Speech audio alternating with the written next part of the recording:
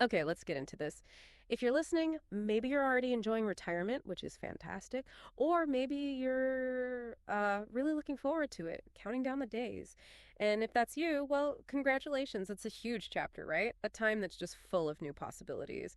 And with this new phase, this big question often comes up. Okay, where do I really want to spend these years? Maybe you're thinking warmer weather, a lower cost of living, definitely, or just diving into a whole new culture, maybe a slower pace. You are definitely not alone in thinking that. So many retirees are looking all over the globe for that, perfect spot, a place to really live well after working so hard. You've earned it, right? A place with comfort, security, and just enjoyment. So that's what we're doing today. We're going on a bit of an adventure, really, a deep dive into some of the world's, well, most appealing retirement spots. We're pulling out the key stuff from sources like Global Retirement Havens. Your ideal destination awaits.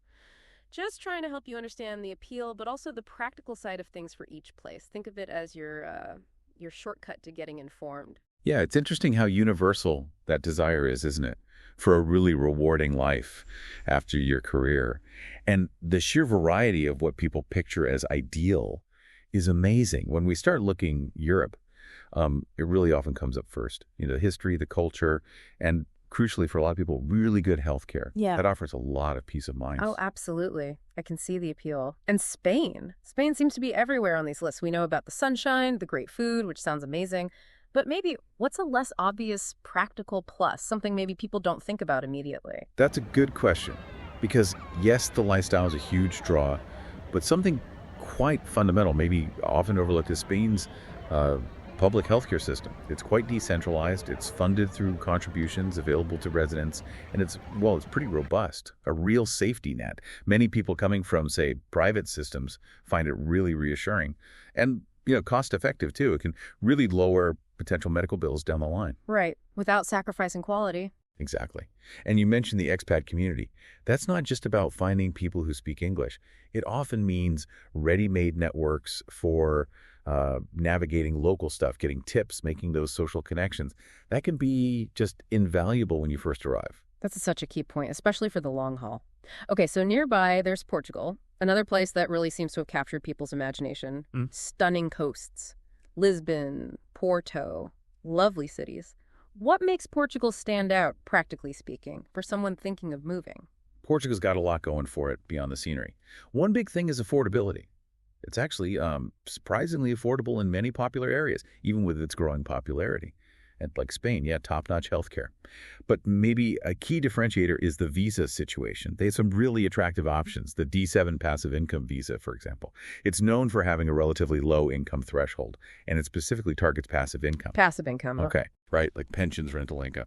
So it's really accessible for retirees who maybe don't have or don't want to invest huge sums, but have that steady income. It just makes the move simpler. So the visa process there is actually geared towards retirees. That's a significant plus. It really is. It feels designed for them in many ways. Good to know. Okay, now, for that, let's call it the classic European dream. Italy.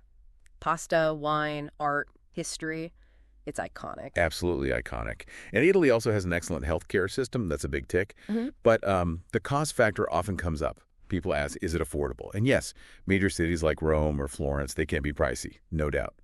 But it's really important to know that loads of smaller towns, different regions, they offer a much, much more affordable lifestyle.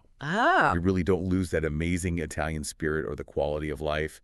You just need to maybe look beyond the big tourist centers for everyday living. Think, less Tuscany, maybe more Abruzzo or Le Marche. That's a helpful distinction. Good advice. And finishing our European tour for now, Greece. You picture the islands, the sunshine, ancient sites, amazing fresh food. Sounds idyllic. It really does capture that Mediterranean dream, doesn't it? Greece offers this wonderfully relaxed pace.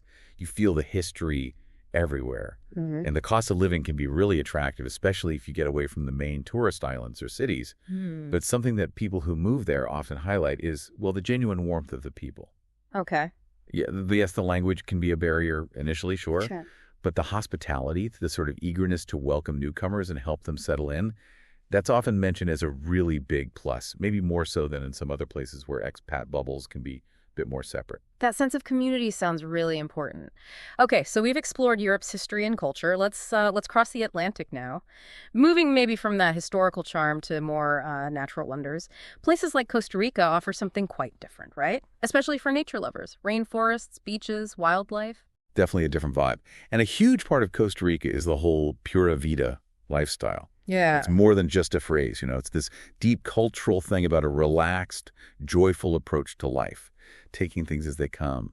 That really appeals to retirees wanting less stress. Pura vida, right? Exactly. Yeah. And practically.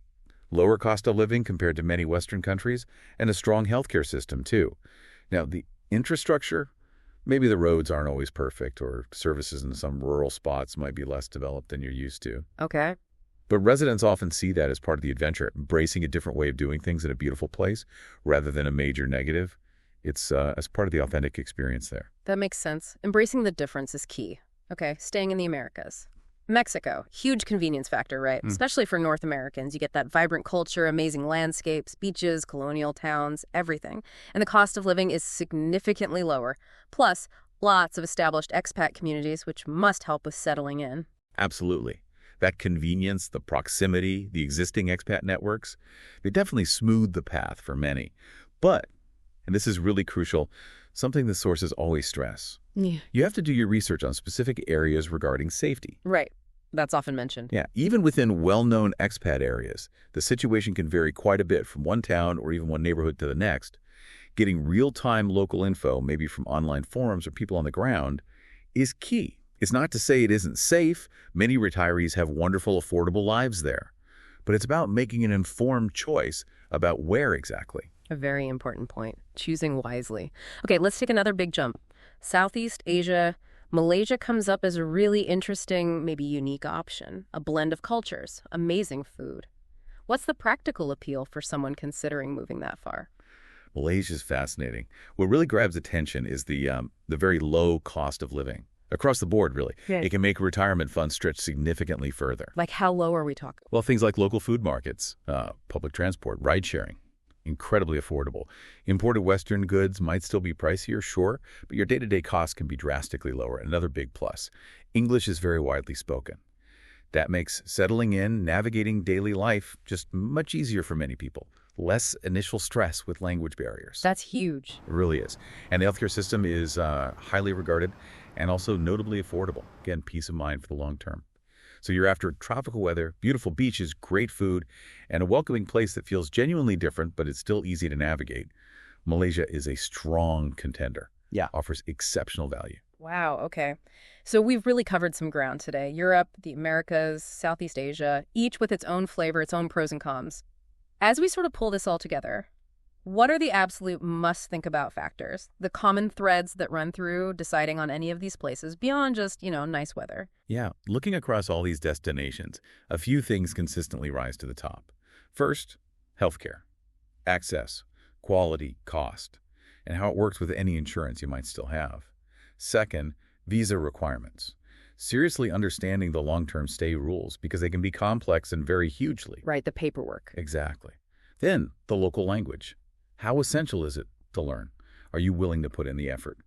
And finally, that expat community aspect. How strong is it? Is it welcoming?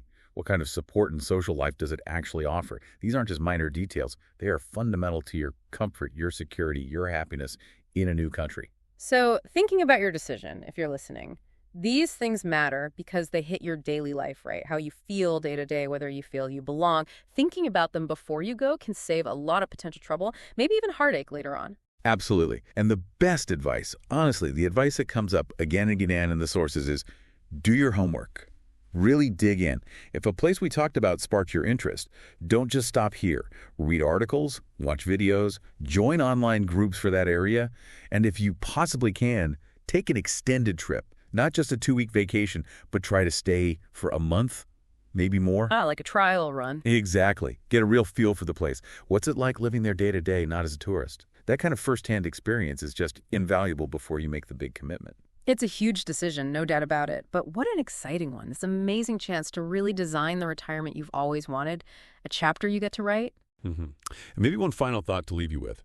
Beyond the practical stuff, the healthcare costs, the visa rules, all that, take a moment, ask yourself, What specific feeling, what kind of experience are you genuinely looking for in your perfect retirement spot? Is it about total immersion in a new culture, or being surrounded by incredible natural beauty? Or is it maybe the comfort and ease of a large, established expat group? Think about what deep down would truly make it your best life.